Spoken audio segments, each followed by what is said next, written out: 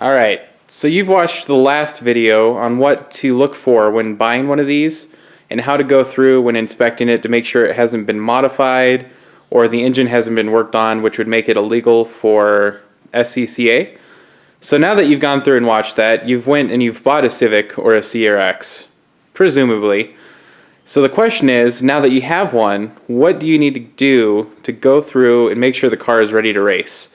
So some of these tips are going to be universal regardless of what car you're racing, and then some are going to be specific to the Hondas. So let's delve in and start looking at this thing and see if it's ready to race. Okay, so first things first, whenever I buy a car, I assume the previous owner wasn't keeping up on maintenance, and maybe that's not the best way to do it. Really, I should be buying cars where they have the service records for the car, but it doesn't always work out that way.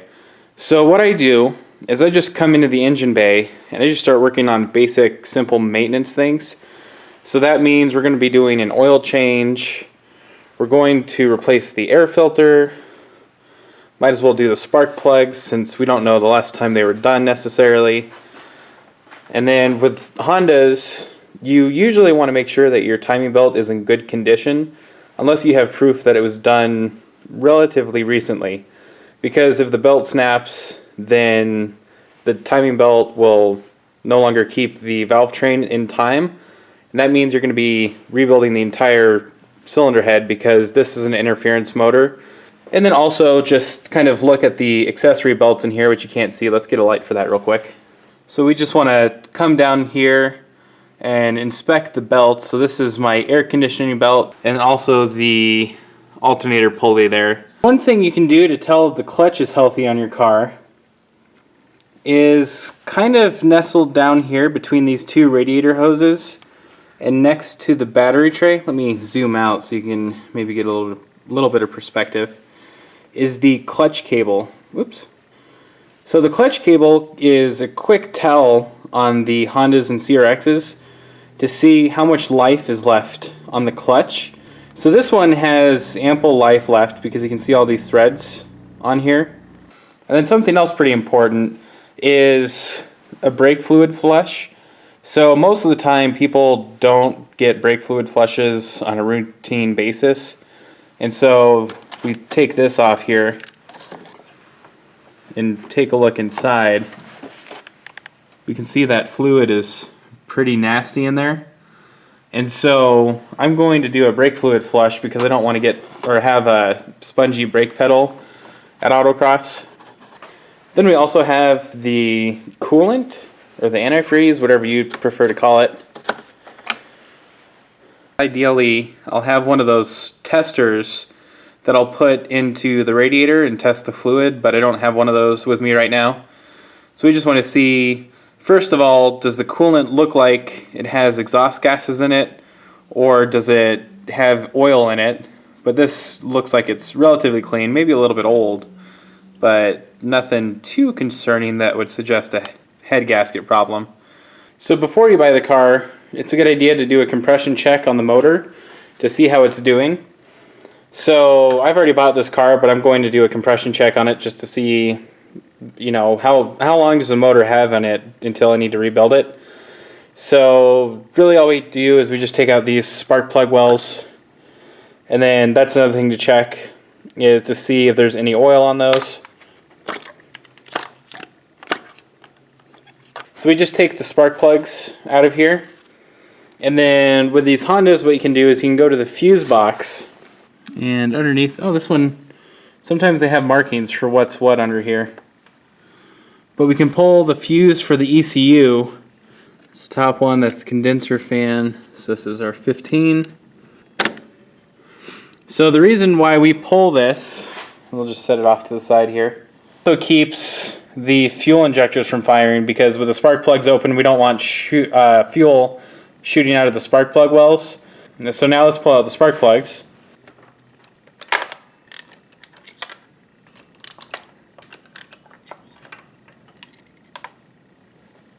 So it looks to be in pretty good shape there. So while I've got this shop rag in my hand, I'm just going to check the oil really quick. Now, with these Hondas, I've already mentioned that they like to blow head gaskets. So it's a good idea to check the oil and see if the oil has a milky consistency to it, or looks kind of like chocolate milk. And if it does, that means our head gasket has blown and it's leaking coolant into the oil passages.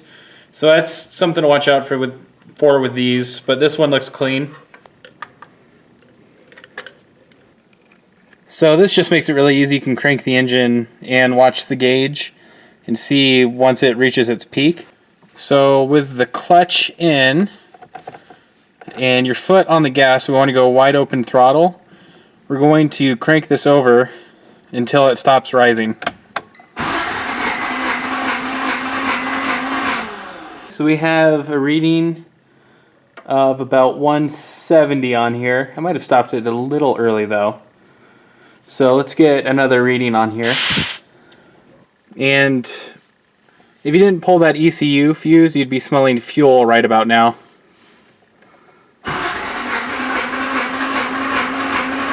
Okay, so I finished compression testing, and hopefully that shows up for you there.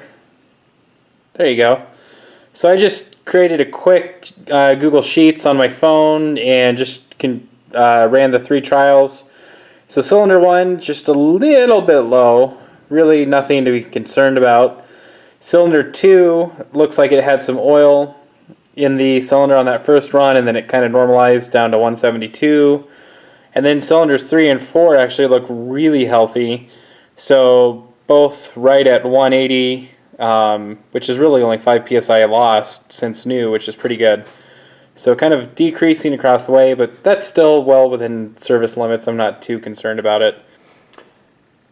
So one other thing you can do when you have the spark plugs all pulled out for the compression test is I picked up this endoscope here. So it was like 20 bucks on Amazon. And what it does, it's a wireless unit. And so it talks to my phone here. We can see I have the picture.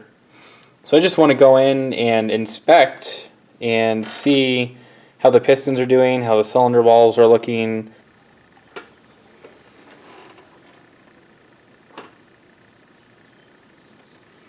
So that looks really clean, all things considered. See if I can spin it around.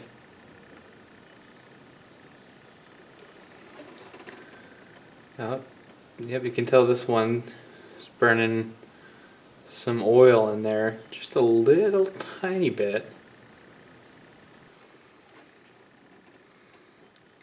So this one actually looks really clean. You can see maybe where a little bit of oil dropped down from the spark plug well. So that's the one thing about the compression test, is if there are carbon deposits on the piston, that will make the compression test higher, because that carbon deposit kind of takes up a little bit of the combustion cavity. So that makes your volume a little bit lower in that cavity. So this one might not quite be as healthy as I thought, actually both of these. But cylinders 1 and cylinder 4, I think the number we got out of those are pretty accurate. And so this one's a little low, and this one looks like it's the healthiest of the bunch.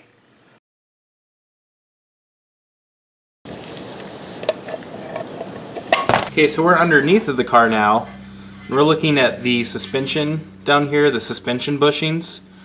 And so one thing you want to do is just inspect the bushings and see how healthy they're doing.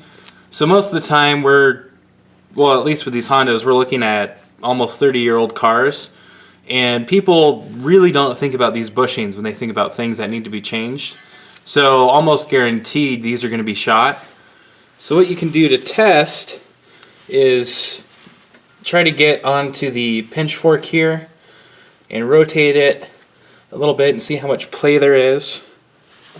And then also inspect the rubber to see how much dry rot there is on the bushing itself. So these trailing arm bushings are another weak point for Hondas.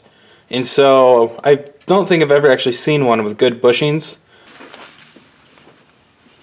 You can see this one is of course shot, like they all are. So another thing about these old CRX and Civics is these rear quarter panels. So usually what ends up happening is the tire back here will kick up debris over time, and that debris will kind of chip the paint along here. And once the paint chips, what happens is it gets rid of the rust barrier that the paint provides, and that allows rust to set in. So we want to look at this and inspect the rust and see how far gone it is, but it hasn't intruded too far. So while concerning, this is probably fixable, so you want to look at that before you buy the car and just see how far gone it is. Okay, so another thing to look at are the brakes. So all that really matters on these Hondas, the 88 and the 89. The later year CRX has got rear disc brakes, but the 88 CRX and the 89 Civic had rear drums. So really what we're looking for are these front discs. So we want to inspect the rotor and see what kind of condition it's in. So with this one, there's a little bit of grooves in here.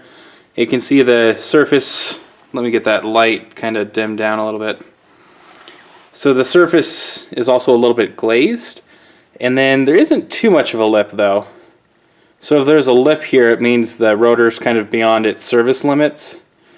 But we just want to check the brakes before we take this out to racing to see how it's going to hold up. So we'll also just inspect the boots around the tie rods, and then the ball joints in here. So the boots around the ball joints look healthy. Oh, you're looking at the sway bar. So that looks pretty healthy. Sway bar end links look good. CV axle boots are healthy. Long way in there, but you can kind of see that one is healthy in there as well. So with these CRXs and Civics, they have these little mud flaps that are optional. So if you're taking this out to autocross, it's a good idea to take these off, because as you're cornering, what's going to happen is either you've lowered the car, or the car is going to be rolling so much in the corners that these will kind of dig into the asphalt. So we don't want that to happen and have this dragging along or break off and get caught up in the rear tire. Okay, so pretty specific to these Hondas is we need to check the axle nuts on the end of the CVs. So most of the time under routine driving, it's never an issue. But what happens occasionally with this driver's side half shaft is the axle nut will kind of loosen itself over time. And it's a result of under braking with the unequal length half shafts on these CRX and Civics. This will kind of back itself off over time. And when it does, under hard cornering or hard acceleration, if this is loose, it can begin to have a little bit of play in it. And that slop will eventually lead to the half shaft breaking. So we just want to come in here and check the torque of this with our torque wrench. And I've seen some people, they actually over torque it just a little bit up to about 130 foot-pounds, and that's just to ensure that's not going to back itself off.